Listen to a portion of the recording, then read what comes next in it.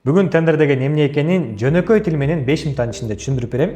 Видеонун жыйынтыгында бул сферага кантип кирсе болот, кантип тендерщик болсо болот, башкалар платный курсунда айткан нерсени мен силерге бесплатно бүгүн бөлүшөм. Эми элестетип көрөлү. Шаардык бир мектепке компьютер керек болуп калды.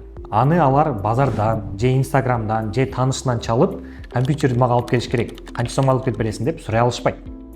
Мыйзам боюнча алар ачык жарыялаганы милдеттүү. Мисалы, бизге 20 компьютер керек, ким алып келе алса арыз таштасын деп.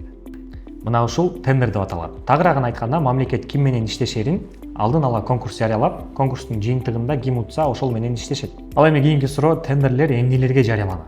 Көпчүлүгүбүз эле тендер деген сөздү укканда чоң объект, чоң здание, чоң курулуштар гана биздин эсибизге келет. Бирок чындыгында тендер дээрлик бардык нерселерге жарыяланат. Мисалы, компьютерлер, эмеректер, кийим-кечелер, бут кийимдер, автотетиктер, кеңсе товарлар, канцтовар, хозтовар, видео тартуу, маркетинг бөлүмү. Себеби биздин сатып алуу мыйзамында жада калса бир туалетный бумага алсаң дагы аны тендер өткөрүп, тендерден алышың керек деген мыйзам бар. Демек, мамлекет акча төлөгөн дээрлик бардык нерсе бул тендер аркылуу гана өтөт. Кийинки суроо, тендерди кимдер жарыялайт? Биринчиде бул мамлекеттик мекемелер.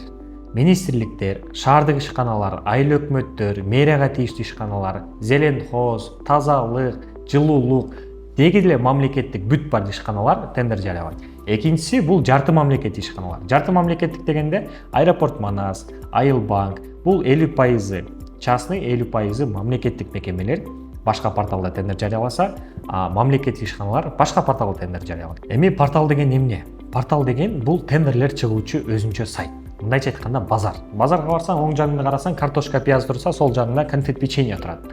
Порталга кирсең дагы бүт бардык тендерлер катарынан тизилип турган болот. Мисалы, шаардык мэрия мага 2 тонна цемент керек, мен мынча сом берүүгө даярмын деп тендер жарыялап койгон. Ылдыйын эле карасаң, бир оорукана мага бахила маска керек. Негизи эле биринин артынан бири видеодо көргөнүңөрдөй тизилип турат. Дал ушул нерсени бизде порталдагы чыккан тендерлер деп коет. Эми эң маанилүү суроого келели. Тендерге кимдер катыша алат? 2 талап бар. 18 жаштан жогору жана Кыргызстандын жараны болгон адам тендерге катышат. Бирок биздин элде ушундай бир түшүнүк бар. Тендерге катышуу үчүн чоң заводдун же чоң складтын же бир күчтүү таанышың болуш керек деп ойлошот. Албетте бул туура эмес. Жеке ишкери дагы, жөнөкөй студенти дагы, чоң миллиарддаган бизнесмени дагы катыша алат. Тендерден акча тапкандардын көбү ортомчу эле болуп иштешет. Чыныгы мисалды карап көрөлү. Оорукана тендер жарыялады дейли. Аларга 20 компьютер керек, бюджет 3 миллион сомго. Башкача айтканда, бир компьютер үчүн 150 миң сомго чейин төлөөгө даяр. Ошол компьютерлер сатылган дүкөндөр жана компаниялар бар. Алар компьютерди 120 миң сомдон сатып алышат, бирок өздөрү тендерге катышышпайт. Эмне үчүн катышышпайт? Аны бир аздан кийин айтып берем. Ошол учурда Айбек пайда болот. Айбектин компьютери дагы жок, кампасы да жок.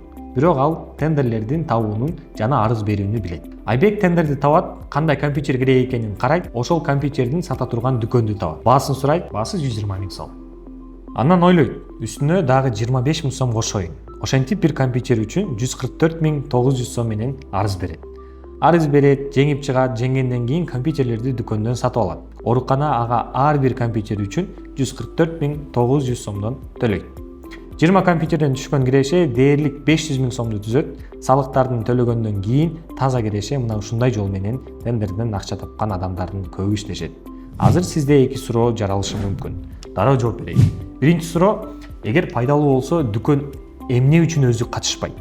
Анткени көпчүлүк жеткирүүчүлөр, магазиндер тендерге ишене беришпейт. Ал жакта бардыгы чечилип калган, таанышсыз бүтпөйт, документация оор деп ойлой беришет. Андан тышкары алардын өзүнүн да кардарлары бар, магазинден соода кылып деле жетишпейт. Ошондуктан аларга тендерге кирүүгө деле зарылчылык жок деп ойлошот.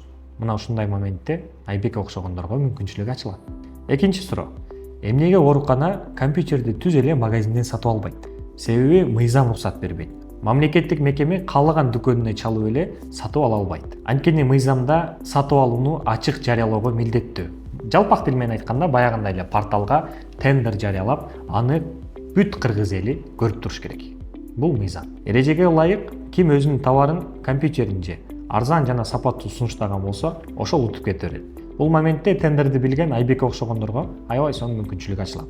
Эгерде ооруканага каалаган дүкөндөн сатып алууга мүмкүнчүлүк бергенде, ал өзүнүн таанышынан же бир сүйлөшүлгөн дүкөндөн компьютер сатып алмак. Тендер бул коррупцияны жоюу максатында ойлонуп табылган система. Бирок азыр тендерлер көбүнчө адилеттүү өтүп калды. Жаңы кирген компания деле 2-3 тендерге катышып, бирөөсүн утуп кетип атышат. Кыргызстанда тендерлерди каяктан издесе болот?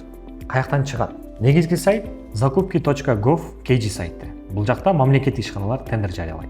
Экинчи сайт zakupki.өкмөт.kg. Бул жакта жогоруда айткандай жарты мамлекеттик ишканалар тендерлерин жарыялайт.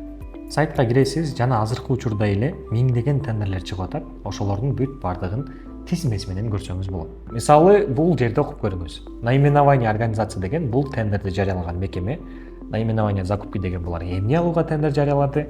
Ал жердеги суммасы жана тендердин чыккан датасы, бүтө турган даталары тизилип турат. Тендерлердин көпчүлүгүнө эч ким катышпагандан закупки не состоялось деп ал жерден турат. Бул жерде тендерге бизде катышуучу жок дегендин белгиси. Биздин рынокто чоң тендерлер чыкканда Казакстандан же чет мамлекеттен резиденттер келип биздин тендерлерди утуп кетишет. Себеби биздин мамлекетибизде өзүбүздүн тендерщиктер аябай аз.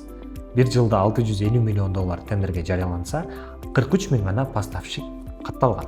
Ар бир тендерщикке киши башына бөлгөндө дагы $20 миң түшүп келет.